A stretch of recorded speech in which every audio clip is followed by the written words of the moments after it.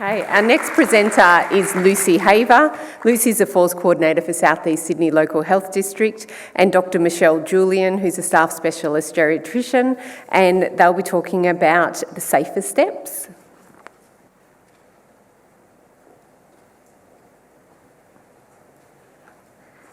Good afternoon, everyone, and thank you for inviting us here today. Our presentation today is on Safer Steps, which stands for Senior Assisted Falls Evaluation and Response. We were specifically looking at reducing repeat falls.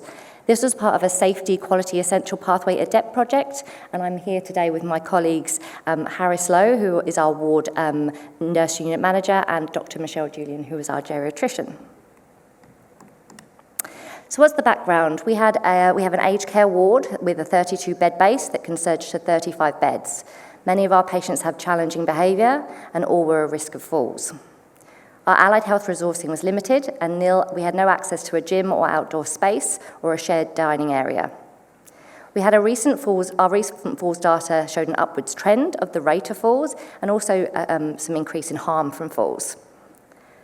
This ward was very engaged about tackling this wicked problem, and there was a lot of engagement from the nursing leadership, allied health, patient safety, and also our executive sponsor and reinforcing sponsors. I'll hand over to Michelle. Oh gosh, my eyes are not that good. Okay, I guess this patient story was the inspiration for this project. Oh, what am I doing? An 83-year-old female living home alone with family support was admitted following a fall with long lie at home. She had a UTI, constipation and urinary retention and delirium, a very sort of typical geriatric patient. A catheter was inserted and she was noted to be quite impulsive. After a family meeting, it was decided that she would be discharged to a nursing home. From the minute the patient arrived in the ward, her daughter felt that her mum had declined. She was in the high observation area, but she was never set out of bed, rarely showered. Meals were put in front of her. Meals were put out of her reach. She'd never eaten in bed before, and family were quite concerned, so they came in daily to try to assist her with feeding. And family felt that the staff, were basically already treating mum like she was in a nursing home. And as I'm sure you experience in all of your hospitals, allied health is quite thin on the ground sometimes.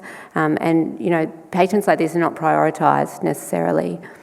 The patient was being assisted by one nurse who was a student nurse and had a fall resulting in a fractured neck of femur. The family had recognised the mother's deterioration in mobility before this had occurred. So there was, of course, SAYA, basically an investigation into this case. And one of the recommendations from that, there were no glaringly obvious deficiencies in care, but one recommendation was that the post-fall huddles or the safety huddles were not attended by or not contributed to by a multidisciplinary team. Often it was two nursing staff on the floor that completed the huddle. So that one of the recommendations was that a multidisciplinary approach would be taken. So we looked at the baseline data to start, and the falls rate was actually trending up. And one thing that was recognised was that a majority of the falls were repeat falls.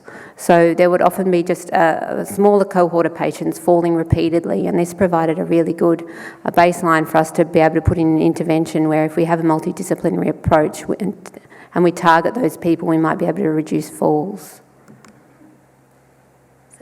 We were very, very lucky that we had a really engaged MDT team. We also were reporting this project regularly at our comprehensive care committee, so it was really, really a priority for the whole organisation. We did a literature review and we were very much looking at hospital-acquired deconditioning, and we were also looking at post-incident huddles and early mobilisation and also what mattered to those patients. So what we started doing as part of our kind of improvement science focus was looking at our organisational flowchart for falls and looking at the ward flowchart. And what we found from the ward, they were doing really well in terms of identifying risk and putting in strategies, but it was that real partnership with patients and families, but also looking at that MDT component and leadership component of the post-fall huddles. So then we looked at theming our IMS, and we also did staff focus groups, and here are some of the themes we picked out. But again, it was around that deconditioning. We did observational audits with our OTs and physios, and what they found with a lot of the patients who could mobilise felt demotivated to mobilise. There was no sense of purpose to get up, and they had low mood, and also they were discussing about pain. Allied health resourcing, as I said, was thin on the ground, the post-fall huddle theme again, and that communication and shared decision-making with patients and families. So some of the things we did, we also rang consumers and carers, and when we rang them, we asked them, did they get involved in discussions around falls risk and management plans, and there were definitely gaps around that, but also often never a part of those post-fall huddles.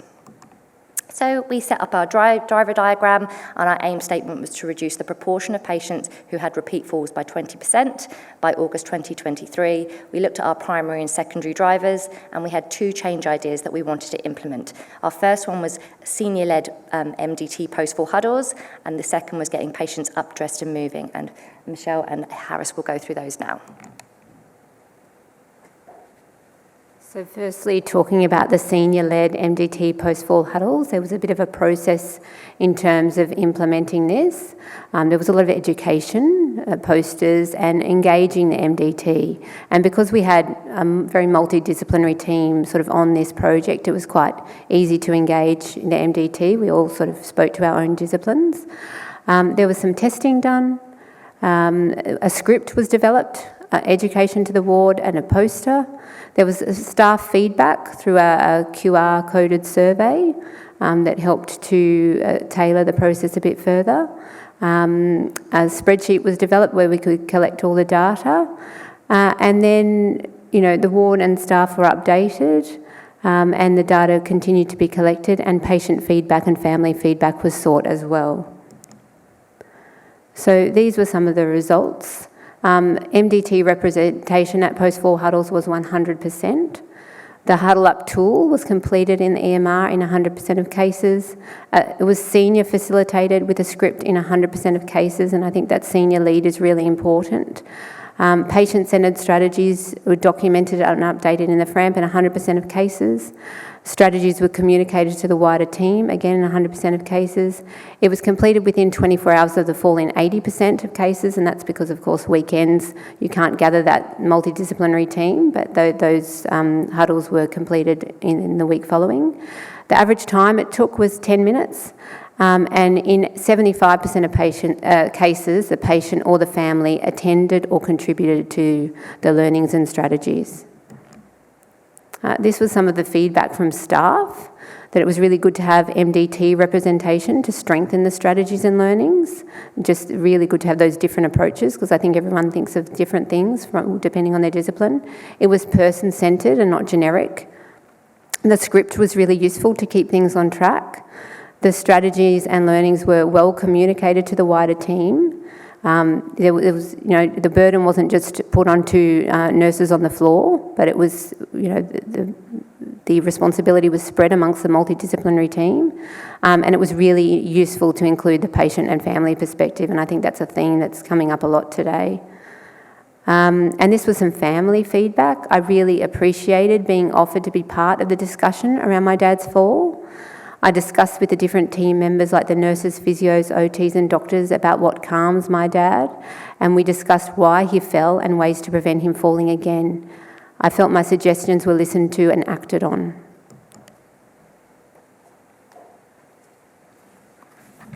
So with the second change idea, it focused on getting patients up, dressed, attending a gym, and sit out for lunch. The goal is to increase mobility and reduce hospital-acquired deconditioning. So in test 1, the physio trialed getting suitable patients into the rehab gym. Test 2, we introduced education and leaflets, improve patients' motivations. Test 3, we involved family and improve preparations, such as bringing their own clothing and footwear. Test 4, we expanded to an MDT approach, using weekly tally chart to check participations. And overall, we saw an increase in patient activity, showing that education, preparation, and teamwork are keys to improve outcomes. And across our resources, we can see a consistent improvement in patient activities, preparation, and participation. So firstly, looking at patients sitting out for lunch, we increased from about 21% at baseline to around 71%, exceeding our 50% target. With patient wearing day clothes, we saw an increase from 21 to around 78%. Again, it's above our target. In terms of wearing appropriate footwear, it improved from 28 to 78%.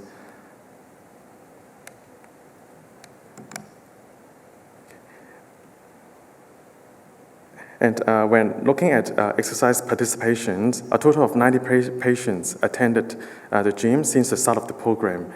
We offer twice weekly gym classes with a maximum capacity of 15 patients, and there's an average of around 10 patients per sections. Over time, we also observed a trend of more patients attending day clothes with appropriate footwear, indicating improved engagement. These slides present staff and patients' feedback, highlighting important practice change and culture shift on ward. Staff reported that nurses are now actively referring patients and preparing them for the group sections. Doctors have also started documenting and supporting gym participations. This was also a shift in clinical perceptions, with staff recognizing that some patients were previously underestimated being in bed or wearing gowns. In addition, the ward has become more collaborative, working as an MDT, and patients have responded positively, with many enjoying the exercise groups. Staff also noted that this initiative frees up their time to attend other tasks, while improving patients' engagement in independence.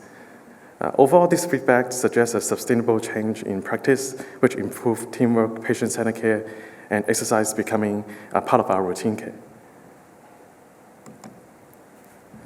The work callout summarizes staff feedback on the initiative. Key themes include motivations, dignities, and activities, showing that patients are becoming more engaged and active.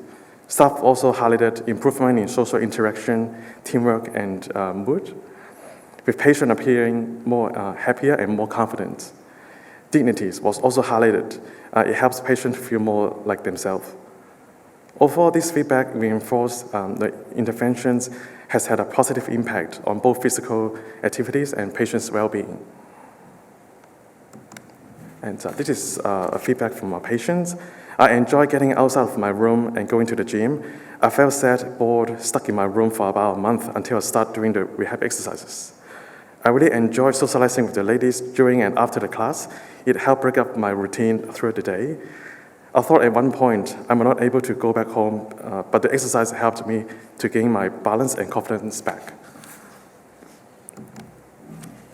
So with the balancing measures, in terms of hospital-acquired complication, including falls, the rates remain low and stable over time, indicating the increased activity did not increase risk. We also observed a functional improvement with many patients showing reduced level of assistance from admission to discharge. With discharge destination, there was one patient was initially awaiting nursing home and ANCAT hearing. The patient was able to return home after attending gym sections and showing functional improvement.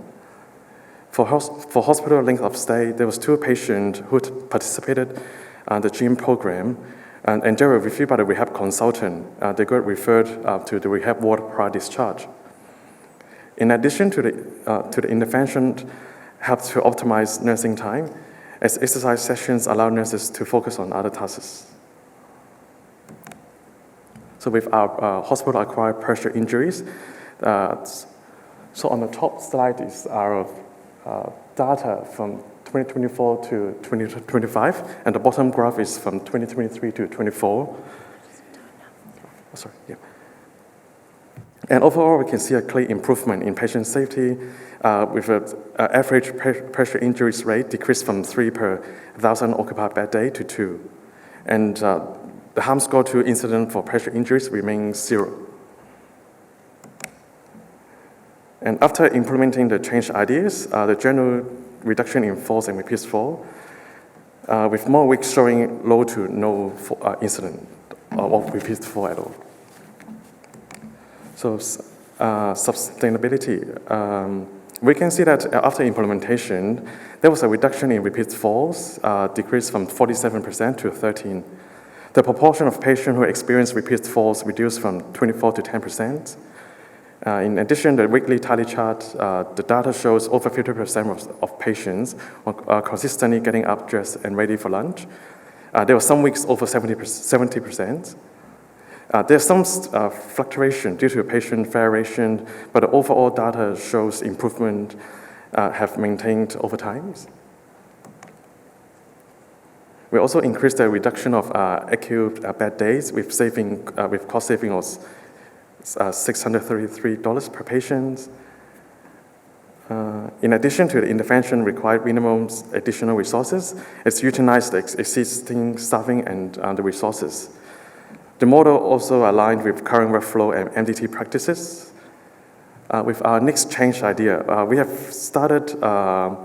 launched our first communal dining in February this year, with an average of 8 to 10 patients participating the communal dining 3 times a week.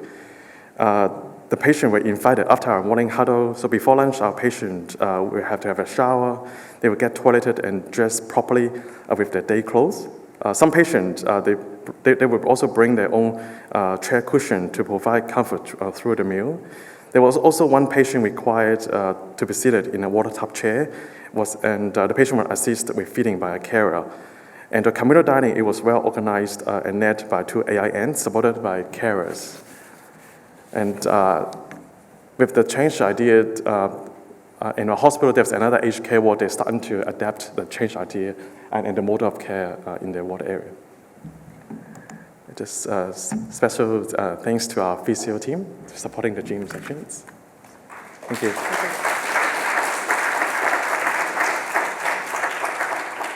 Thank you so much, Lucy, Michelle, Harry. What a great project. Covered all sorts of different aspects of comprehensive care and with some great results. So we'll probably have to hold questions because we're running a little bit behind, but I'm sure Lucy and team will be around if you want to grab them a bit later to hear a bit more about the project. Thank you, guys.